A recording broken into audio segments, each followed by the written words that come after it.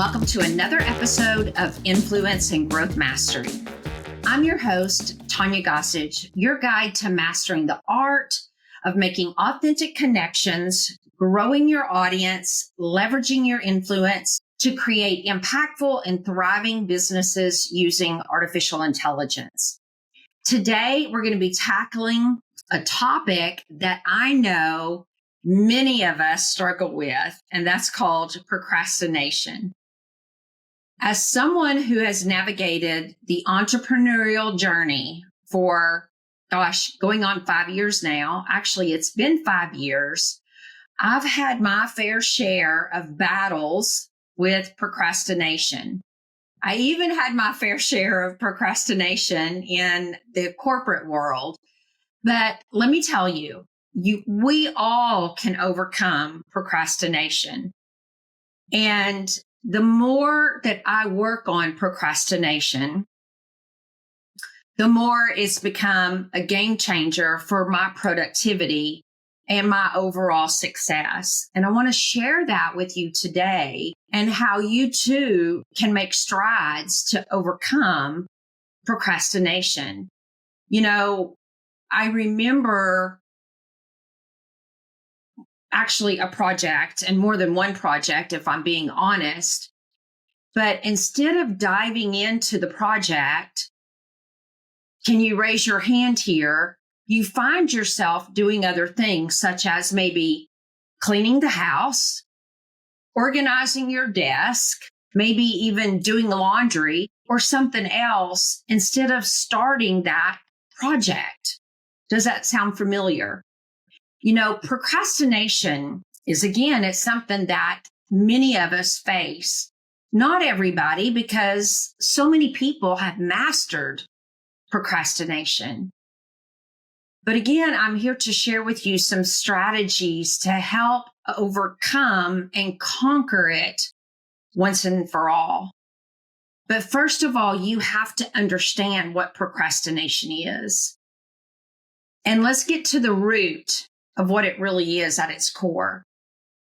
It's the act of delaying and postponing your task. Why do we do that?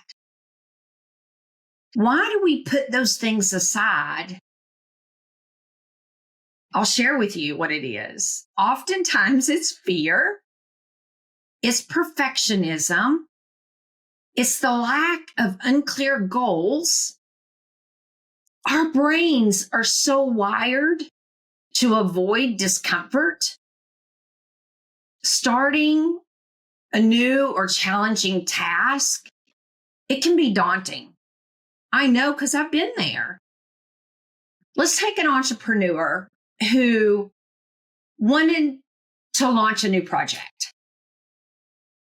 He had a great idea, but the fear of failure kept him from taking the first step. He kept tweaking his website, working on his business cards, learning, watching training sessions, attending webinars, and he kept doing all of these things that didn't move the needle. Well, what happened? All of these things keep you from working on revenue producing opportunities. They hold you back. Have you been there? I know you can raise your hand. I've been there too. I know we've all been there. It takes consistent awareness. There's been times I'll be working on something and I'll go to look something up on the web. 15 minutes later, I'm like, what the heck am I doing here? I'm supposed to be doing this research and I have to get myself back on task. It may not be that I'm procrastinating, or maybe I am. Maybe the squirrel got me off on something else, but you have to keep yourself motivated to stay on task, to stop procrastinating. The impact of procrastination on entrepreneurs is real. It is so real. It doesn't just delay your progress. It can have significant impact on your business, on your well-being. Studies have shown that chronic procrastinators are very likely to experience stress, anxiety, and believe it or not, even depression. For you as entrepreneurs, this means what? Missed opportunities, slower business growth, and the constant feeling of you're always trying to play catch up. Again, have you been there? Agreed. I've been there before too. Again, you have to stay present. And I'm going to give you some things to help you stay present here in just a moment if you've been there. Have you ever worked with a client, or has this been you, that you put off working potential leads that as a result that your sales pipeline completely dried up, and maybe the business that you were working didn't stay afloat, and so you had to come up with something else? I've worked with clients before that maybe it wasn't necessarily the leads, but other tasks didn't stay afloat because of procrastination.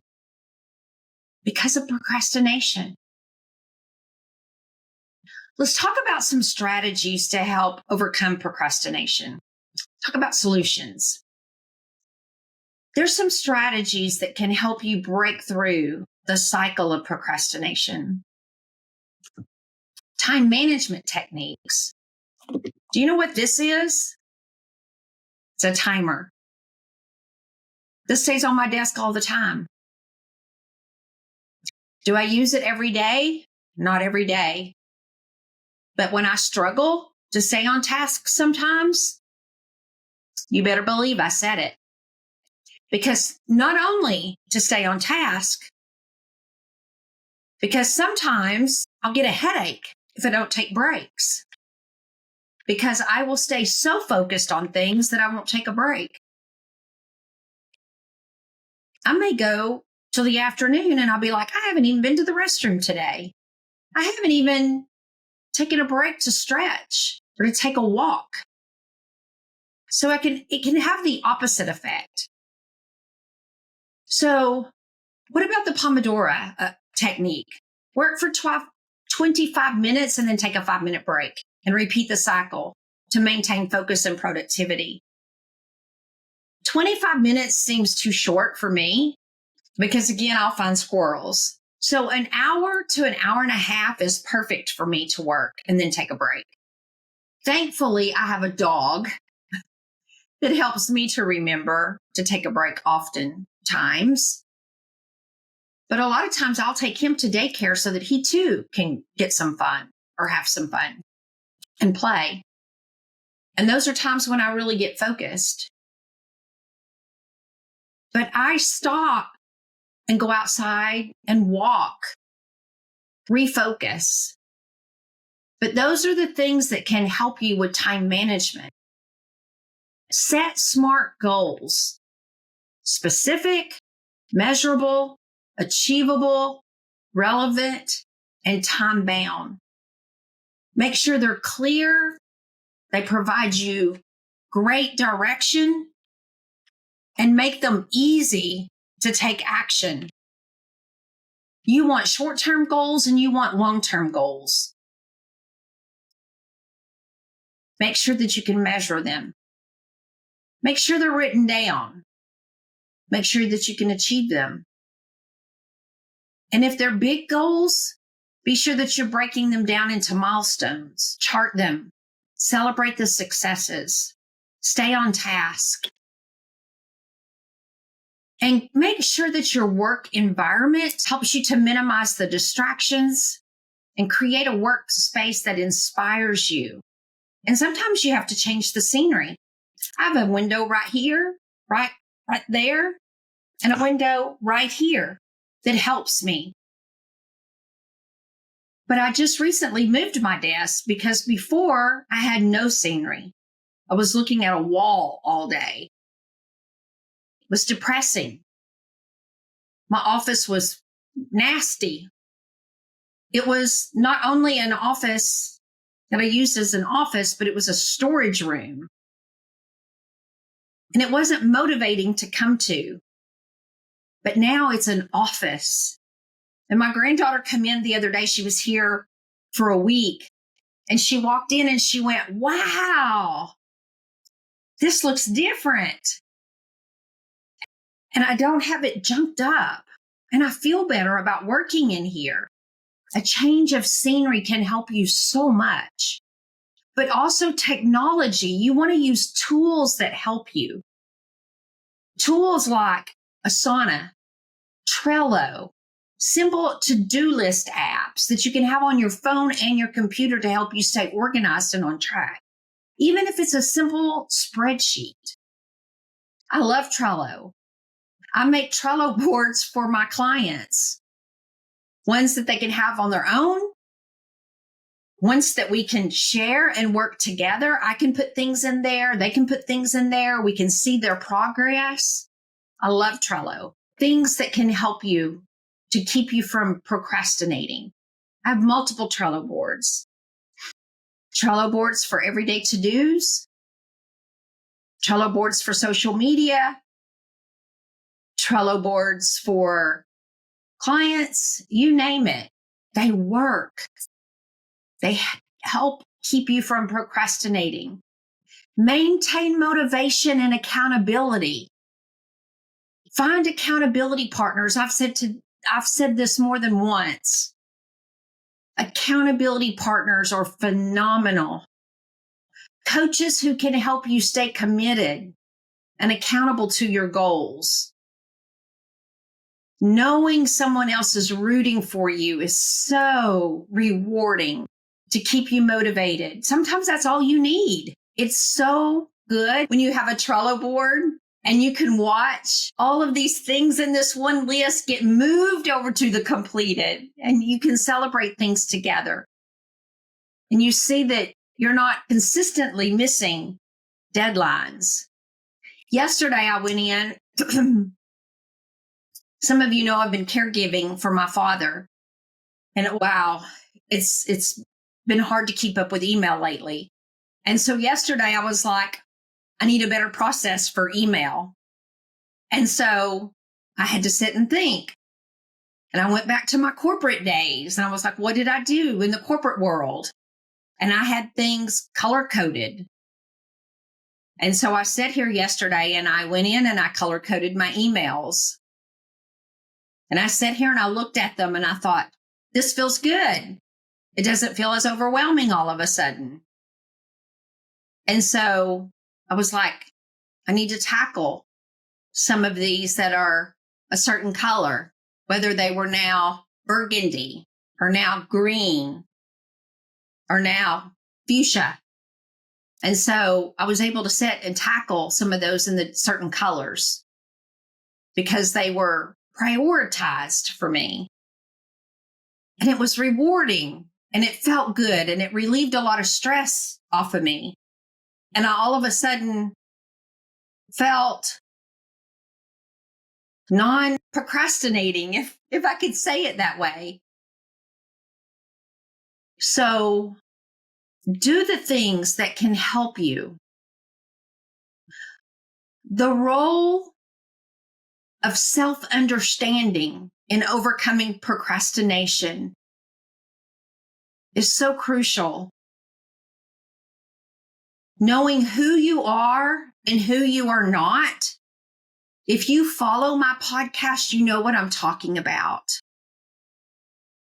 Knowing who you are and who you are not can significantly impact how you approach your task. That framework that I have teaches you how to focus on your strengths and delegate the tasks that don't align with your skills. Yesterday, I met someone, excuse me, I met someone, a neighbor actually, and I said to her, she's wanting to become an entrepreneur. And I said, write down all of the things that you love to do and write down all of your strengths and all of your weaknesses. Start there. You want to focus on your strengths and delegate the things that don't align. There's a process for everything. Take a moment to reflect upon your strengths and your weaknesses. Are there tasks that you are avoiding because they don't play to your strengths? Consider outsourcing or delegating these tasks to free up your time for what you do best. You may be a solopreneur just like me, but trust me, even if you are a solopreneur, there are ways that you can delegate those tasks that are not your strengths. And if you don't know how to do it, reach out to me because I will share how to do it. Or get into my Facebook group, Influence and Growth Mastery, and you will learn. To wrap up overcoming procrastination, it's all about understanding why we procrastinate, recognize its negative impact, and implement practical strategies to tackle it. Remember, the goal is process. That's not correct. It's progress. The goal is there is a process, but the goal is progress, not perfection. You want to start small and stay consistent and celebrate again those wins all along the way. Because when you celebrate, you are elevating your self-confidence. Those pats on the back are elevating your self-confidence. Today, I want to thank you for tuning in to today's episode, Influence and Growth Mastery. I hope that you found these tips extremely helpful and you feel inspired to take action. If you haven't already subscribed to my channel, please do. Leave me a review. I need your reviews. And share this episode with a fellow entrepreneur who might benefit from it. And until next week, I want you to do this.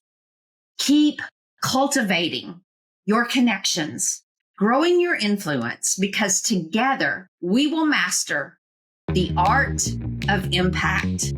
This is Tanya Gossage signing off. Goodbye.